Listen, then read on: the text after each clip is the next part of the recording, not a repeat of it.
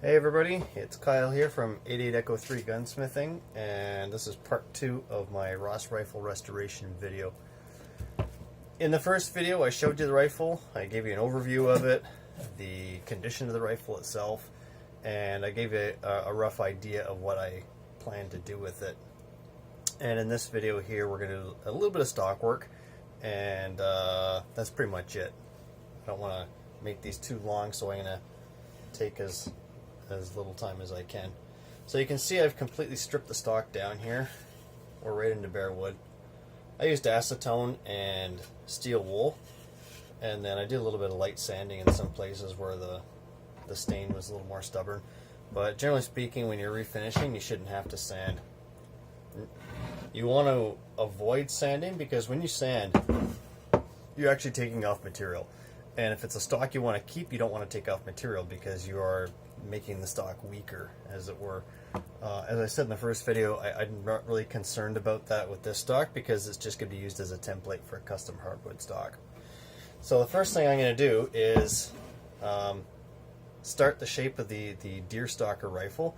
The deer stalker rifle, or the Highland stalker rifle, was a lightweight rifle, so they shaved off weight wherever they could, and a lot of that came from the stock. So you'll see these stocks. Rigby makes one, for example, called the Highland Stalker. It's a very minimal stock. They don't have any more wood on there than they need. So that's going to involve taking some of the nose off. You'll see that the stock on a deer stalker rifle is very short. The stock is very short, and I'm also going to shave down this corner here, round it off a little more, straighten it out, and make it a Prince of Wales type grip. The other thing I wanted to point out is now with the stain off, you can really start to see the crack in that wood. We'll see if the camera will pick that up. Get a little bit closer. You can really see the crack in that wood. It's pretty evident. You can see it all up here. That's the crack there, and it runs all the way back here. And it runs back here, back here, back here, and it stops somewhere around here. So this stock is completely split. I knew it was cracked pretty badly. You can see it pretty well on that side, actually. I know it was cracked pretty badly, but I didn't realize just how bad it was until I took the finish off. So to do my shaping, basically I'm just going to use a file. It's a rough wood file and a vise. And all I'm going to do is just clamp my workpiece in the vise. And in this case I'm using a vise with rubber jaws. It's just a habit. Steel jaws are damaging to your workpiece, and I just get in the habit of using soft jaws. Again, if it's a stock that you don't really care about, then it doesn't matter, right? You can just clamp on it. So all I'm going to do is I'm going to use even strokes, and I want to take this angle, which is kind of pointed like this, and I want to flatten it like that.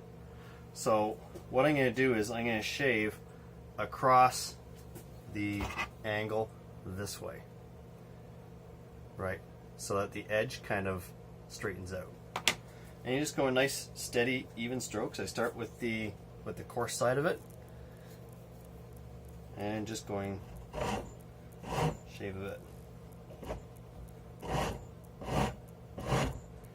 You want to just make sure you keep your strokes even.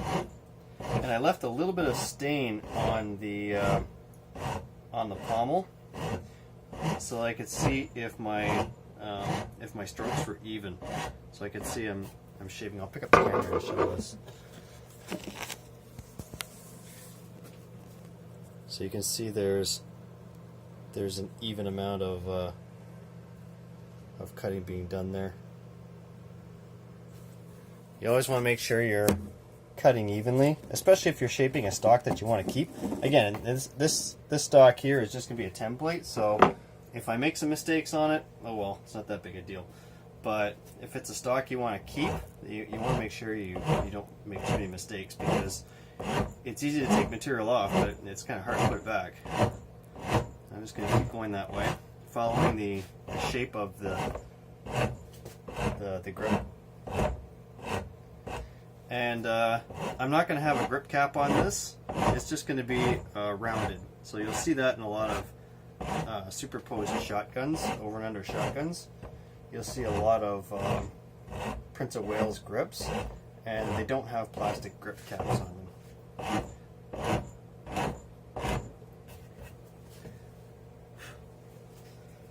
Okay, so now I'm going to start going this way.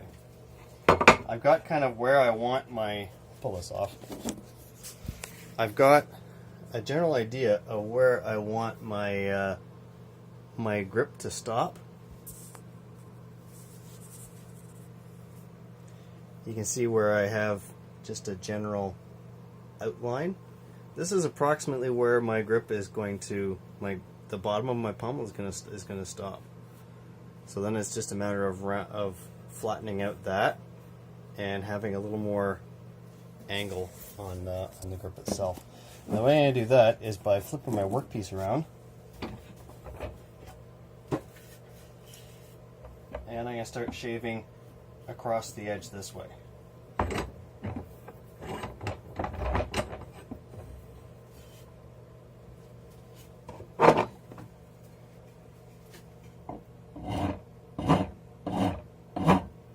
And by doing this, I'm making a little more of a straight line, which is really what I want.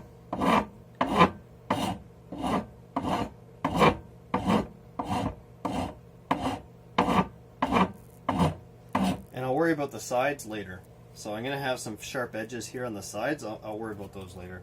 But this is just to get the angle right.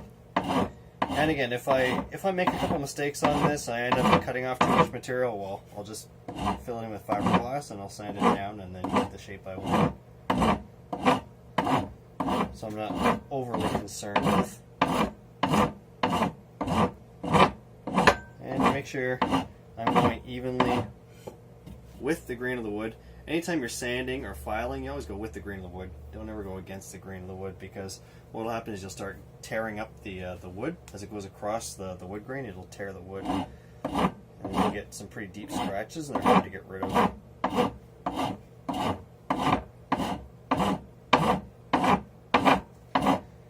Just keep at that.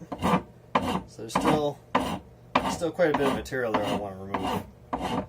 You can do this with a palm sander, which is what most professional stock makers use. I can't find mine. I don't know where it is. So I'm stuck doing a lot of tasks by hand that would be a lot easier to do with power tools. You can use a Dremel too, but the Dremel's kind of fussy.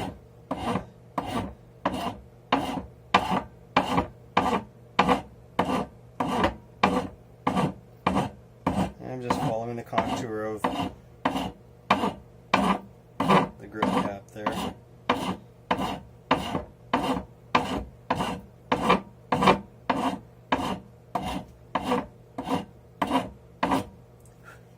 Okay, I'm going to pause the video there, and then we'll come back when I'm done.